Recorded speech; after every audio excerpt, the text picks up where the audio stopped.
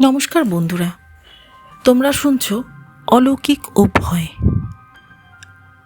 আজকের গল্পটি হলো ১৩ তলার যাত্রী। কলকাতার বাইপাসের ধারে নতুন তৈরি হওয়া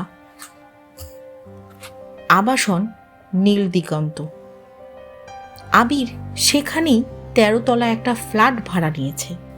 অফিস থেকে ফিরতে ফিরতে প্রায় তার রাত ১২টা বেজে যায়।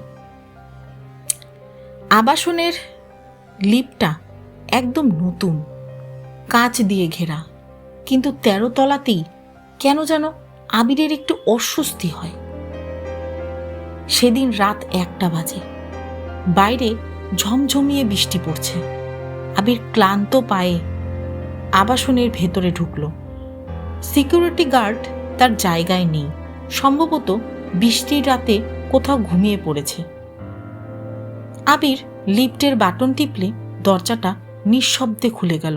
সে ভিতরে ঢুকে ১৩ নম্বর সুইচটা টিপতেই লিফটটা ওপরের দিকে উঠতে শুরু করলো। ৬, ৭, ৮। হঠাৎ লিফটটা একটু মৃদু ঝাঁকুনি দিয়ে ৯ তলায় এসে থেমে গেল। দরজাটা খুলে গেল, কিন্তু বাইরে কেউ নেই, শুধু অন্ধকার করিডোর।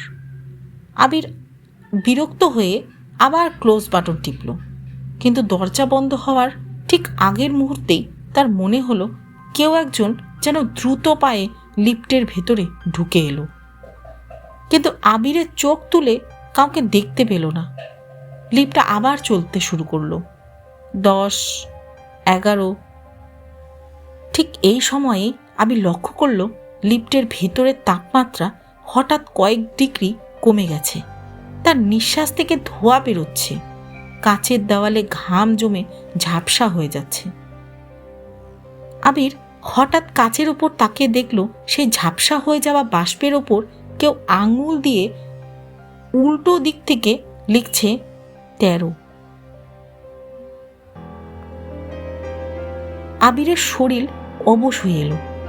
সে দেখলো মেঝেতে একটা ছায়া পড়েছে, কিন্তু লিফটে সে ছাড়া আর কেউ নেই।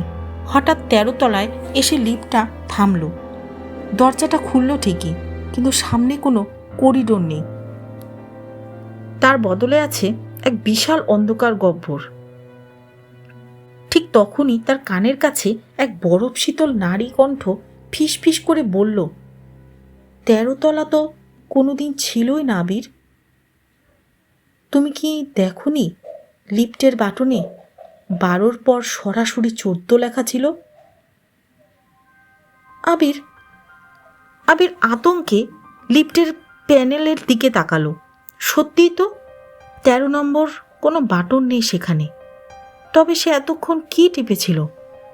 সে যখন পিছিয়ে আসতে চাইল, দেখলো লিফটের দরজাটা বন্ধ হচ্ছে না, বদলে অন্ধকার থেকে একটা ফ্যাকাশে সাদা হাত বেরিয়ে এসে তার জামার কলার ধরল। পরদিন সকালে সিকিউরিটি গার্ড লিফটটা গ্রাউন্ড ফ্লোরে দাঁড়িয়ে থাকতে দেখে দরজা খুলল। ভেতরে কেউ নেই, শুধু অর্ণবের অফিস ব্যাগটা পড়ে আছে। লিফটের ভেতরে তখন ঝাপসা, আর সেখানে বড় বড় অক্ষরে লেখা আছে পরবর্তী শিকার। পুলিশ যখন আবাসনের নকশা চেক করলো, তারা অবাক হয়ে দেখল নীল দিগন্ত বিল্ডিংয়ে ১৩ তলা বলে আদতে কোনো ফ্লোরই বানানো হয়নি।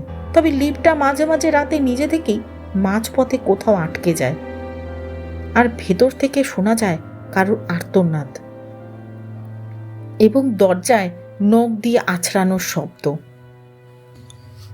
আবির যখন অনুভব করলো সেই ফ্যাকাশে হাতটা তার কলার ধরে অন্ধকার গহ্বরের দিকে টেনে নিয়ে যাচ্ছে, তখন সে বাঁচার জন্য আপ্রাণ চেষ্টা করলো, কিন্তু তার শরীর যেন পাথরের মতো ভারী হয়ে গেছে। লিফটের দরজাটা বন্ধ হওয়ার ঠিক আগে সে দেখল লিফটের ভেতরের আয়নায় তার নিজের নয়, বরং এক বিভৎস চেহারার মহিলার মুখ দেখা যাচ্ছে। তার চোখ দিয়ে যেন রক্ত ঝরছে। পর মুহূর্তে সে নিজেকে আবিষ্কার করলো এক দীর্ঘ করিডরে, কিন্তু এটা নীল দিগন্ত আবাসনের করিডর নয়। দেওয়ালগুলো সব পুরনো, পলেস্টার খসা, আর সেখানে ঝুলছে শত বছরের পুরনো কিছু ছবি। অদ্ভুত ব্যাপার হলো করিডোরের জানলা দিয়ে বাইরে তাকালে ঘন কুয়াশা আর আদিগন্ত অন্ধকার দেখা যাচ্ছে। সেখানে কোনো শহর নেই, কোনো আলো নেই। আবির ভয়ে কাঁপতে কাঁপতে করিডর দিয়ে হাঁটতে শুরু করলো। প্রতিটা দরজার সামনে গিয়ে সে ধাক্কা দিল, কিন্তু সবকটি দরজা ভেতর থেকে বন্ধ। হঠাৎ সে শুনতে পেল অনেকগুলো পায়ের আওয়াজ। তার মনে হলো একদল মানুষ তার দিকে এগিয়ে আসছে, টর্চ জ্বালছে। টর্চ জ্বালিয়ে সে দেখল তারা মানুষ নয়, তারা সবাই স্বচ্ছ ছায়ার মতো। তাদের গায়ে আধুনিক পোশাক, হাতে অফিস ব্যাগ। আবির বুঝতে পারল এরা সবাই সেই যাত্রী যারা কোনো না কোনো সময় এই 13 তলায় হারিয়ে গেছে। তারা সবাই এক সুরে ফিসফিস করে বলছে, বাটন টিপো না, প্যানেল ছুঁয়ো না, একবার ঢুকলে আর বেরোবে না। হঠাৎ করিডরের শেষে সে আবার সেই লিফটটা দেখতে পেল, কিন্তু এবার লিফটটা দেখতে আধুনিক নয়, বরং পুরনো আমলের লোহার খাঁচার মতো। আবির ভেতরে ঢুকে দেখল সেখানে কোনো ডিজিটাল প্যানেল নেই, শুধু একটা বড় চাকা। চাকাটির উপর লেখা আছে জন্ম, মৃত্যু এবং শূন্য। আবির বুঝতে পারল শূন্য মানে হলো এই 13 তলা। সে পাগলের মতো চাকাটি ঘোরাতে লাগলো। হঠাৎ লিফটের ওপরের দিক থেকে সেই নারীর কণ্ঠটা আবার হেসে উঠল, তুমি তো মুক্তি চাও আবির, কিন্তু মুক্তির বদলে তোমাকে তো বিনিময়ে কিছু দিতে হবে। আবির কাঁদতে কাঁদতে বলল, আমি কি বিনিময়ে দেব? আমার কাছে তো কিছু নেই। সেই কণ্ঠ উত্তর দিল, তোমার স্মৃতি। তুমি যদি এই জগৎ থেকে ফিরতে চাও তবে তোমার অতীতের সব চিহ্ন এখানে রেখে যেতে হবে। পৃথিবীতে কেউ তোমাকে চিনবে না, তোমার কোনো প্রমাণ থাকবে না। আবির রাজি হয়ে গেল।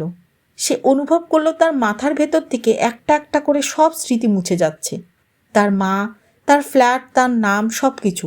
সে যখন পুরোপুরি শূন্য হয়ে গেল তখন লিফটের দরজাটা আবার খুলে গেল।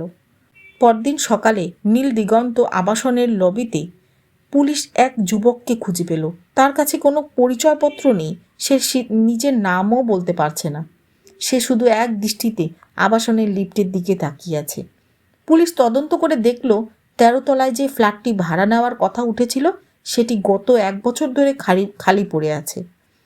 মালিকের রেজিস্টারে আবির নামের কোনো ব্যক্তির হদিশ পাওয়া গেল না। তার অফিস, তার বন্ধুরা কেউই তাকে চিনতে পারল না। সে যেন কোনো দিন জন্মেছিল বলেই কেউ মনে করতে পারছিল না।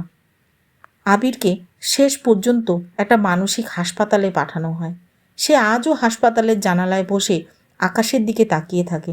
আর ওদিকে নীল দিগন্ত আবাসনের লিফটে আজও রাত 12টার পর কেউ একা উঠলে 13 তলার সেই অদৃশ্য বাটনটি নিজে থেকেই জ্বলে ওঠে। বাষ্প জমা কাচের ওপর আজও নতুন নাম ফুটে ওঠে, যেন 13 তলার সেই শূন্য জগৎটি তার পরবর্তী শিকারের জন্য অপেক্ষা করছে। গল্পটি কেমন লাগলো তোমাদের? কমেন্টে অবশ্যই জানাও। ভালো লাগলে আমার চ্যানেলটিকে সাবস্ক্রাইব করো, লাইক করো এবং এরকম আরও অনেক গল্প পেতে আমার সঙ্গে থেকো।